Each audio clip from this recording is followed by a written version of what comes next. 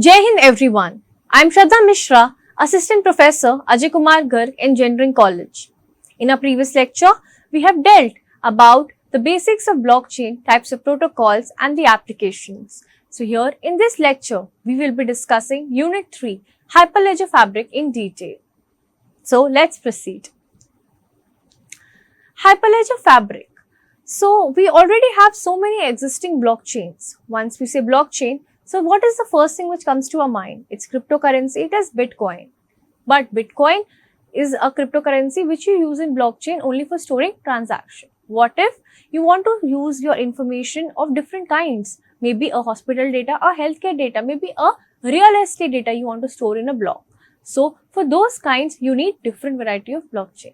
So that's when Hyperledger Fabric comes into use. So Hyperledger is a project. Here, Hyperledger Fabric is one of the framework under it. Here, this is mainly used for the enterprise reasons. So, let's discuss it in detail. Hyperledger Fabric is an open source platform for developing distributed ledger solutions.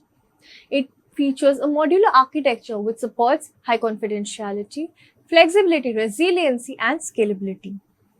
This modular design allows fabric-based solutions to be adapted for various industries. Let me try to make you understand in a very plain word. For example, you have a blockchain for a real estate. Now here there are different builders. Maybe there are Lotus builders, there are Gore builders, there are so on, many builders are there in that network. But they have their own confidential information, their own strategies, their own future plans. But if this entire real estate is there in a one blockchain network, they definitely don't want their business plans to be revealed to their competitors, right? So in that case, we have Hyperledger Fabric in use. Here what happens is, let's say there are 10 nodes in the network. Okay, one is for Gore builders, one is of Lotus builders, and maybe there are some other DLF societies and other builders are also here. Now, DLF and Lotus Builder, they are a team, okay? So, they are ready to share the data with each other and they want to consolidate and build each other up. But they don't want it to be shared with the Gore builders. So, what they will do is, they will have their own subnet within that blockchain where, let's say A, B, let's say this Lotus builders along with DLF, they will have some X, another organization and their own blockchain. So this is called channel. Within that entire blockchain, which is actually a public network, anybody can enter that, anybody can have access to your data. So you don't want them to have access because that copy of ledger is with each and every party, right? So they don't want that to be shared with everyone. They want their own personalized, customized, or let's say their set of own participants. With that, they create a new blockchain network. So for that, you would need a Hyperledger Fabric. So its main use is a modular network. It has channels with it. Means, for example, Lotus builders and the DLF along with the third party, they create their own network, their own channel. So that is what Hyperledger Fabric is, a kind of a blockchain which you are using for enterprises uses. So we will explore its more domains in detail. So Hyperledger Fabric is an open source platform and these are its feature, modular architecture. So once we say Hyperledger Fabric, the first thing which should come to our mind is modular architecture. It's a keyword for it, right? So there are a lot of modules. It's very customized. That's why we are using it. We can use it according to our convenience and add features accordingly. So there is high confidentiality, flexibility, resiliency and scalability. You can scale it up to the extent you want. It has a sufficient bandwidth. So it is actually a private and permissioned blockchain framework which ensures restricted access. So the project is managed by the Linux Foundation, promoting community-driven development. Benefits of Hyperledger Fabric: it's an open source. Everybody can contribute in its code. It's private and confidential, access control, chain code functionality. So we will understand later in detail what is chain code. Basically, if you understand Ethereum, right? So the smart contract which are there, these are written with the help of certain code, right? So for Ethereum, you use certain smart contract and you use Solidity language for it. So here in Hyperledger Fabric also there is Golang, there is JavaScript, there is Java, which is used to write the code, right? So that code which you use to write in Hyperledger Fabric is mainly chain code. To make you understand in very plain words, so that is what is chain code. And chain code functionality means if you are writing a code for your smart contract for Hyperledger Fabric, it has certain functionality, right? For example, I give you example of decentralized internet, right? What is the internet? It's centralized to a certain extent. There is a sole authority who is controlling it. What if tomorrow I say, let's have a decentralized internet? There's no single authority who is having access to it. Everybody is contributing to it. It's open source, right? So for that, you would need dApps, which is decentralized applications also. You would need an application to interact with that internet and dynamically interact. How would they? You need a code for it. So once you need a code for it, that is your smart contract. And smart contract means it is having chain code. It has certain codes which is written in it in Golang, Java and JavaScript and so on, different languages. So you can see this name chain code which is of chain. So it is just symbolical, but it is actually in very plain word. It is a code which you write for Hyperledger. So once you say chain code, it's a code which you write in smart contract for Hyperledger Fabric. So it has chain code functionality. Business logic is implemented via smart contracts, chain code hosted in containers. So Fabric supports pluggable components to handle complex transactions like asset transfers. Performance, of course, it's a permission to network, right? You are sure that if it's for my real estate, and in real estate, these are my friends, these are my enemies. I will not want my competitor to be part of my blockchain network. I would want all my information to be hidden from it. So it's a private and permission network. It serves your purpose also because entire information will not be available to your competitors. Next. Features of Hyperledger Fabric. Permission network, modular architecture. It follows a modular design, allowing components like consensus mechanism, membership services, and ledger storage to be plug and play based on organizational needs, right? If there's organizational need, today I need this feature in my blockchain. Let's say, what is the current market trend for certain properties in this area? So I have tomorrow, I may not want that feature. So I will plug it out, right? So it's a very customized and a very plug and play need. Pluggable consensus, even consensus here like Raft, Kafka, which we use here. So they are based on different business requirements. Means the consensus algorithms you will use for Hyperledger Fabric will also be based on requirements, business requirements. Chain code smart contracts, like I said, they are based on Go, Java and Node.js, JavaScript also. So they define the business logic of transactions. So what is a chain code? Chain code is actually a smart contract, right? You have a blockchain Hyperledger Fabric. If it has to come to life or it has to work, there has to be certain logic given to it, which is actually smart contract, which is actually the code written in the smart contract. So that is what they've written here, that smart contracts in Hyperledger Fabric called chain code can be written in multiple languages such as Go, Java and Node.js and define the business logic of transactions. Whatever is your business logic, your requirements, your clauses, so everything you can state in your code, which is actually chain code and will be in the form of a smart contract. It's actually a contract between parties. Private channels, it allows creation of private separate channels for confidential transactions. We've already discussed. Now, consensus algorithms in Hyperledger Fabric. Now, we have already discussed in a previous lecture the different types of consensus algorithms, which were proof of stake, proof of work, proof of authority, practical Byzantine fault tolerance, and so on. But if we talk consensus algorithms for Hyperledger Fabric only, so they are Raft consensus algorithm. So, many of us have gone to rafting, right? Maybe Rishikesh and different places. So, in a rafting, you know, there is a group leader. What happens to a group leader? He is the one who takes the lead and takes your raft forward, right? You depend on them. Similarly, if you try to understand Raft consensus algorithm, Raft is the most widely used consensus algorithm and it plays here, you have a leader node which is elected and this leader coordinates the block creation and transaction validation process. So here also you have a leader, that node will be responsible for the block creation and the validation process and the transaction validation process. Working, Raft uses a leader follower model. The leader node proposes block and the follower node votes to confirm the block. So I have created block, for example, raft. I am the leader of the raft. Okay, and there are different other tourists who are there in that raft. So they are my followers. So I will create a block, and to vote for that block will be done by the tourists or by my followers. So that is what it follows, a leader-follower model. So Raft uses a leader-follower model.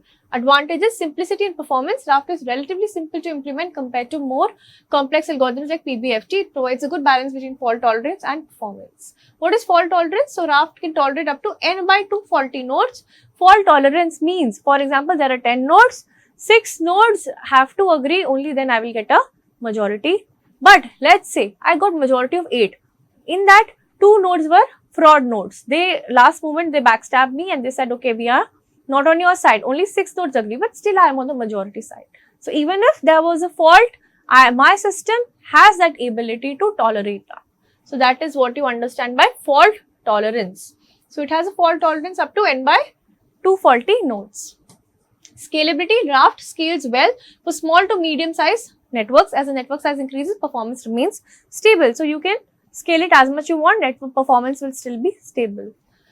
Next is practical Byzantine fault tolerance. We've already discussed here that it's a consensus algorithm where if you have a faulty node which is 1 by 3rd nodes, it can tolerate fault. After that, it is not able to tolerate the fault. So what is the working of it? Pre-prepare phase, prepare phase, commit phase, pre-prepare phase. The leader proposes a transaction block. Prepare phase, nodes exchange information to confirm the proposed block. Commit phase, once consensus is reached, the block is committed to the ledger, right? So you pre-prepare. If you have to give a, let's say I have to give a lecture here. So I will first prepare my notes. Then I'll maybe create a PPT out of it.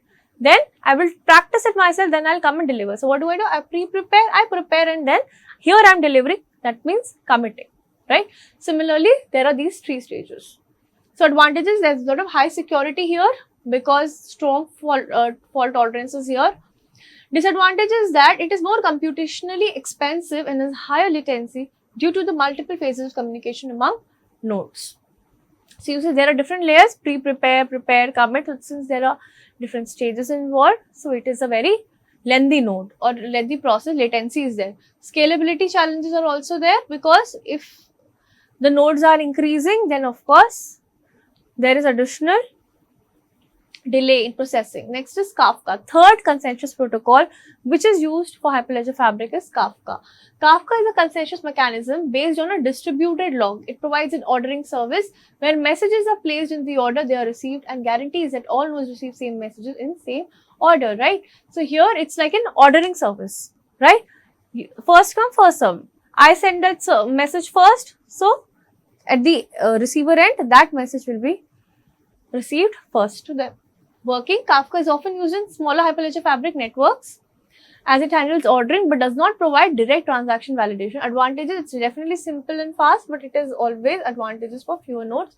Disadvantages: it lacks full consensus. Kafka doesn't offer full consensus like Raft or PBFT. It only handles the ordering of transactions and additional mechanism needed for validating transactions. So it just orders based on priority. Okay, whichever order was first, it will give it priority, but it doesn't validate the transactions. You would need another consensus protocol for it. But yes, Kafka is used for Hyperledger Fabric.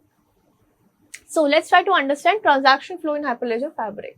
So these are the basic 5 steps, and this is a very important previous year question which been asked several times.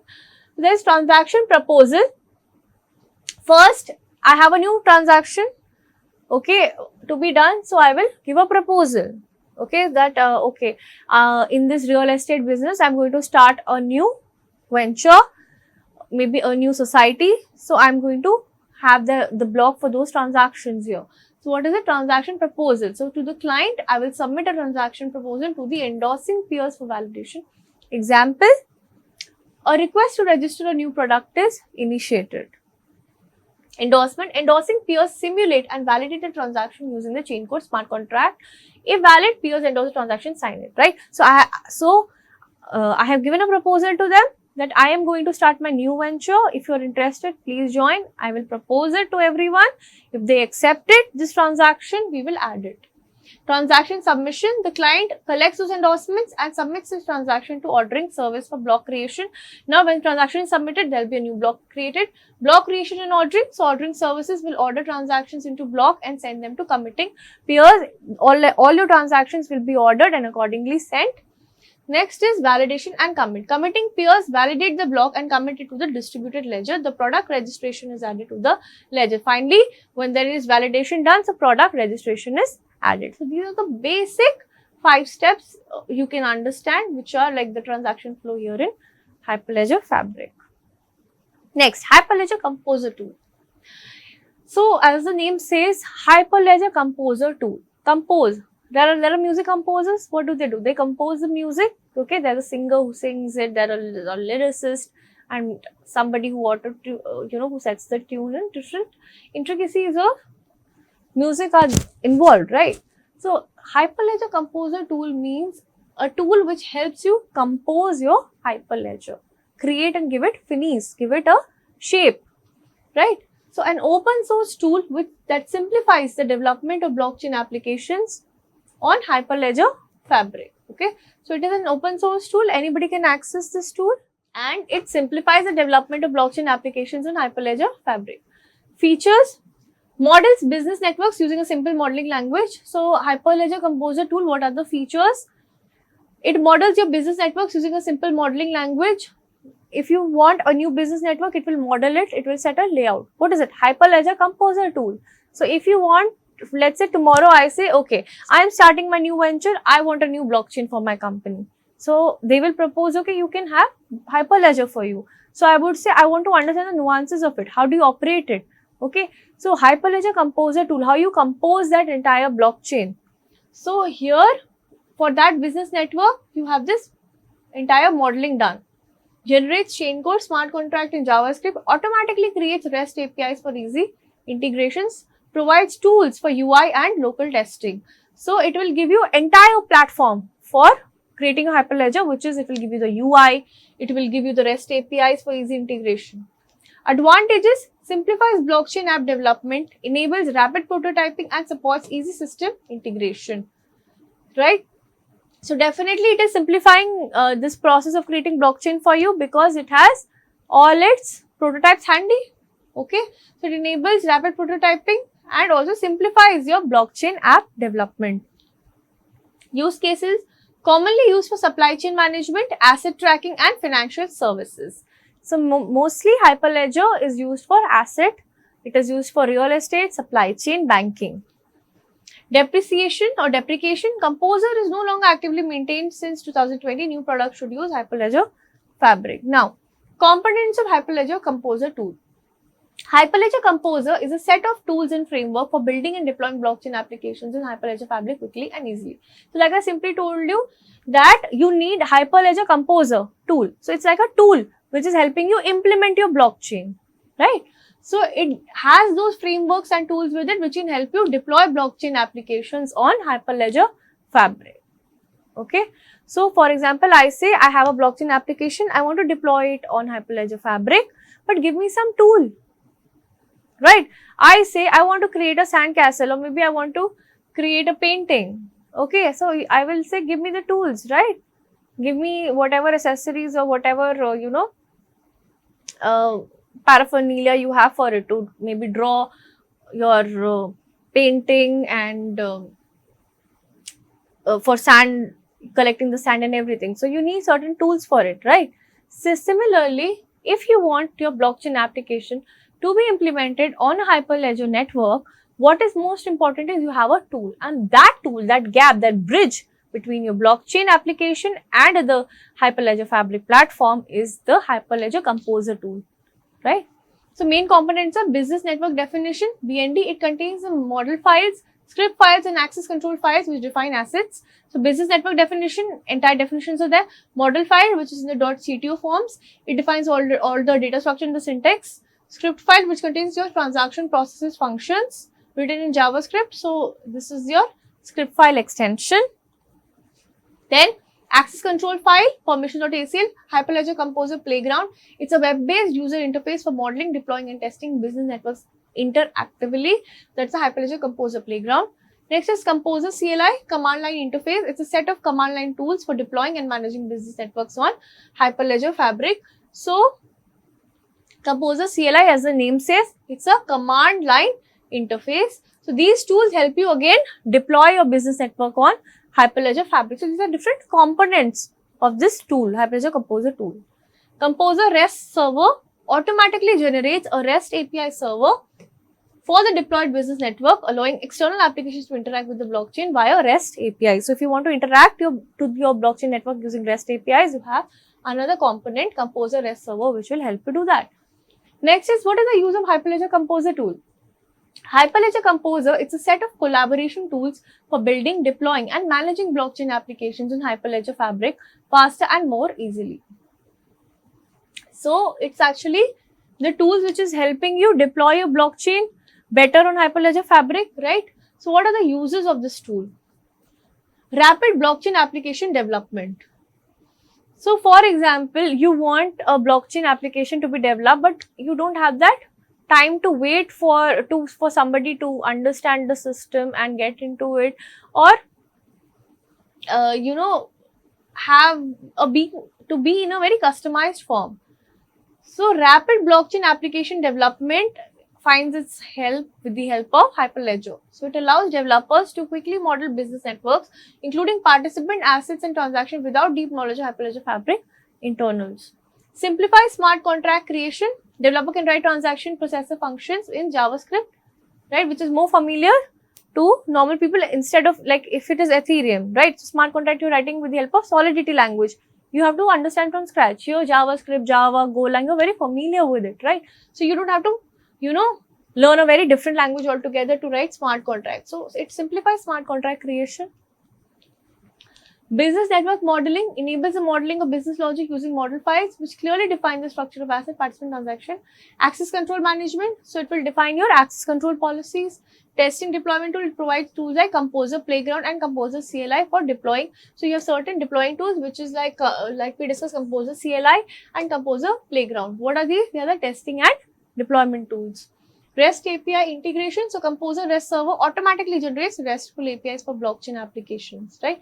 Simplifying integration with external systems and applications. So REST API integration, you can integrate using this tool of Hyperledger Fabric, which is Composer REST server.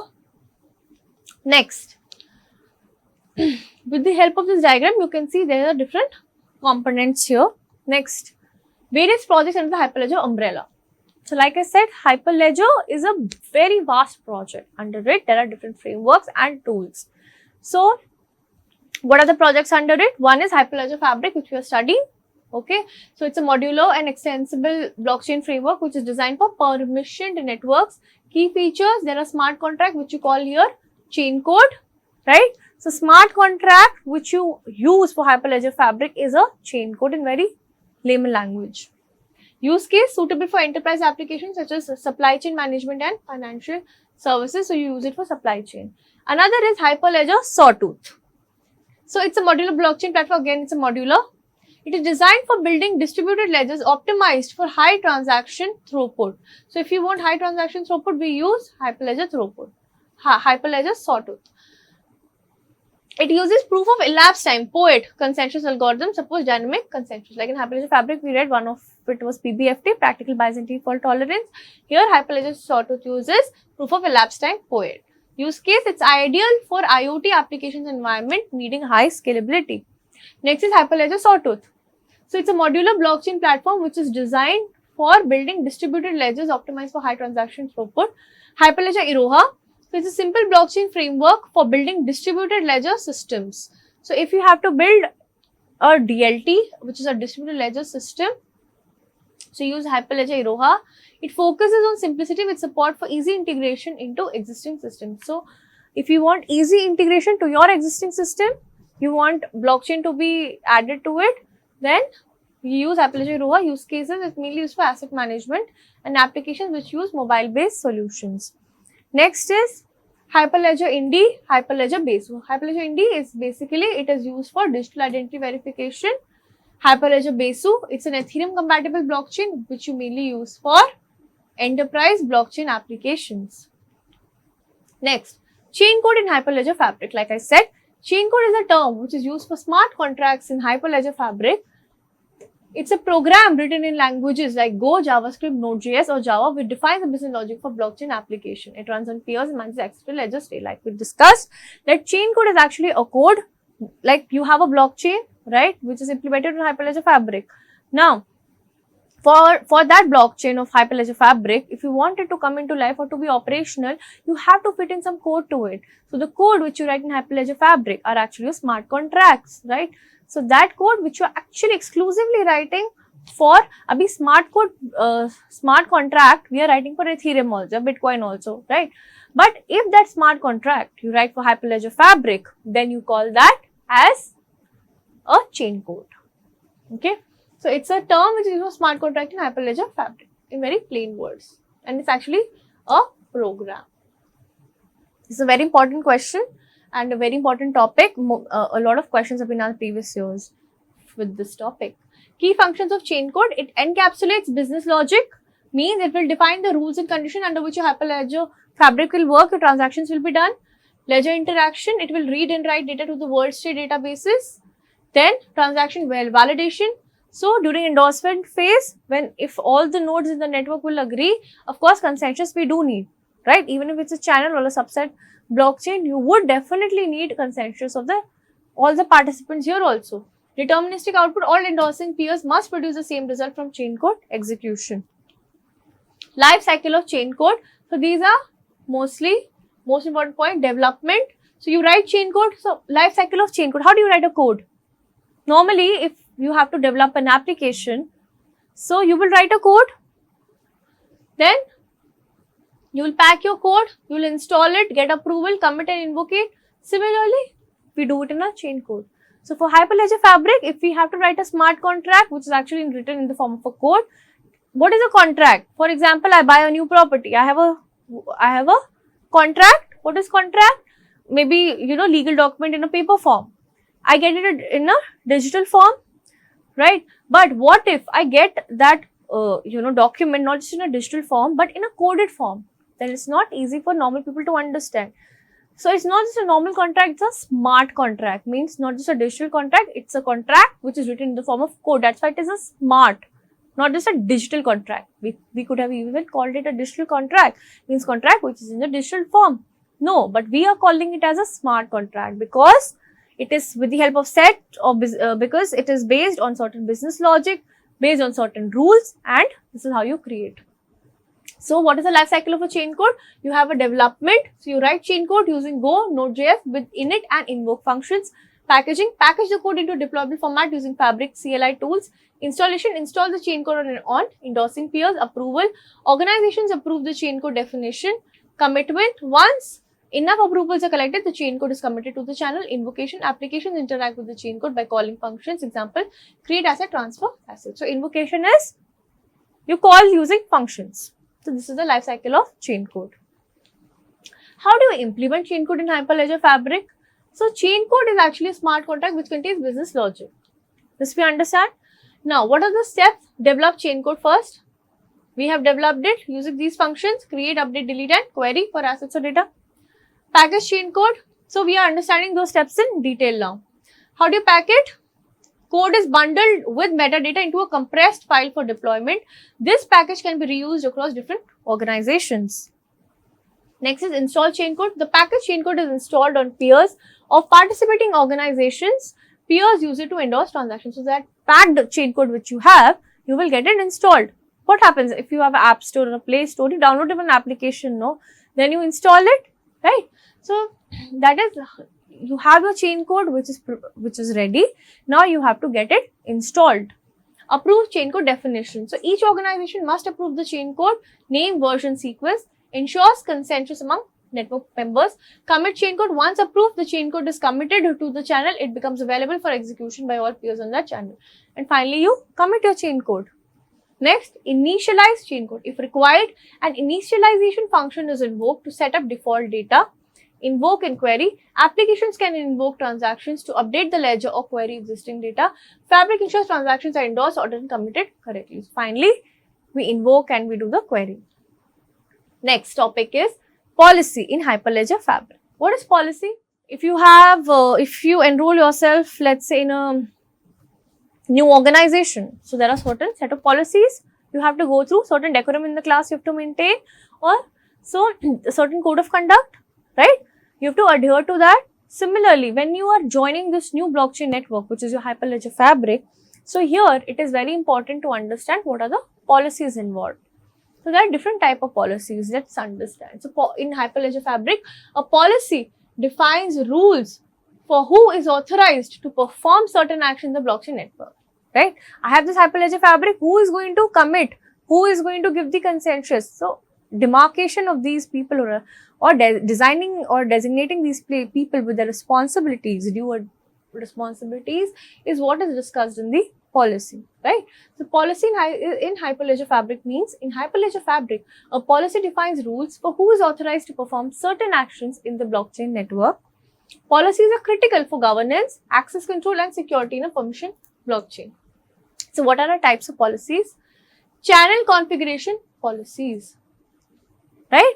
Like I explained you, there is a real estate business. In that, there are two companies who are partners. They want to become partners. So you have and they are actually creating a new channel in that way. So how do you configure? So there are going to be certain policies based on that. So define who can modify channel configurations. Example, add or remove organizations. Examples, admin, reader, writer. Endorsement policy specifies which peers must endorse or sign a transaction. It ensures that only trusted parties validate transaction before they are committed. So endorsement policy means everyone is well informed that these are our participants and we are giving them approval. Next is life cycle policy. Controls who can approve and commit chain code definitions. So ensures only authorized organization can manage chain code on a channel. So life cycle policy is again who is given, so it decides who can approve and who can commit your chain code. Access, so there are only authorized organizations who can manage the chain code on a channel. What happens? You have a WhatsApp group, you have certain admins, so they have the right to make certain correction. Similarly, here you have a life cycle policy who can approve and commit your chain code. Next is access control policy, which is ACL. It defines who can invoke chain code functions, query the ledger, perform specific actions via API. Next, very important topic is your decomposing the consensus protocol. So consensus means it is derived from the word consent. Okay, everybody is agreeing on the same point. Unanimity has to be there. So what is the steps in the consensus protocol? Transaction broadcast. Users will send transactions to the network. Transaction block proposal, right? So for example, I am starting my new organization. I will create a block for it. Then that block is proposed. Then block, so that transaction is broadcasted. Okay, I have opened my new organization. Okay, you've opened your new organization. So we will propose a block for you. So there's a block proposal done, right? Okay, we will create that there is a need of blockchain initiation now. Validation of the block. So what is the next step? Those blocks are validated. Then running the consensus algorithm, we get to a consensus that yes, the block you are adding is a valid one. It's not a malicious node. Agreement by majority. If there is a majority, then that block is added. Block finalization. Once consensus is reached, the block is added to the blockchain. The ledger state is updated accordingly. Next is broadcast and ledger update. The new block is broadcast to all nodes. And finally, the block is formed and it is added to your network. Next is components of Hyperledger Fabric. There are peer nodes. Of course, it's a blockchain. So it will be composed of nodes and peer is your friends, right? So the other participants in the network. So those are peer nodes. Types, endorsing nodes. Simulate and endorse transactions. Committing peers commit blocks to the ledger. Orderer, ordering service. Orders transactions into blocks, delivers blocks to all peers in the correct order, ensures consistency across the network. So orderer, as the name says, it will do the ordering. So you have a peer node, you have orderer, ordering service, order transactions into block. There's so many transactions coming to block, so you order it, right? Timestamp, this is come first, this is second. So you order it, maybe based on priority. Ledger is what? It's storing all your transactions in one place, right? So that is a ledger. It has two parts, world state and transaction details. So what happens here is world state means current state of the data. For example, there's a property It has changed so many hands, right? It was initially with maybe with a certain family, they've handed over to another family, they've sold it. So A, B, C, D, so many hands it changed. But I just want to say, the latest mein, who's actually having? Just show me, just, don't beat around the bush. Tell me who actually currently has that data. So I will say A organization, fine. That is your world state. But if I want to understand, that is transaction history. So in that element, you have the entire history of transactions. Chain code smart contract, business logic, which defines how assets can be created, updated, or deleted, runs in a secure container. Certificate authority, CA, so it issues digital certificates to participants, provides identity, authentication, access control. Next element is channels. I already told you. Okay, for example, I explain you, this is your blockchain network. There are so many participants in this. Okay, there is participant A, B, C, D, E and F. Let's say we are having these 6 participants in the network. Now, these 2 are friends. Okay, let's say it's a real estate company, right? Let's say it's a real estate company. Now here, B and C are actually friends, right? And they want to add their new friend, let's say K, also to this network. So they have their own new personal blockchain. But E is the enemy or a foe of this B and C, is their competitor. Let's say is the competitor, and they don't want the competitor to see what data they are having. So this is what is channel. So this is what is channel. Channel in plain words is you are creating a subnet out of your blockchain, right? So when this B, C and K come together from this blockchain, they are created like a sub blockchain, we can say. It is actually a channel.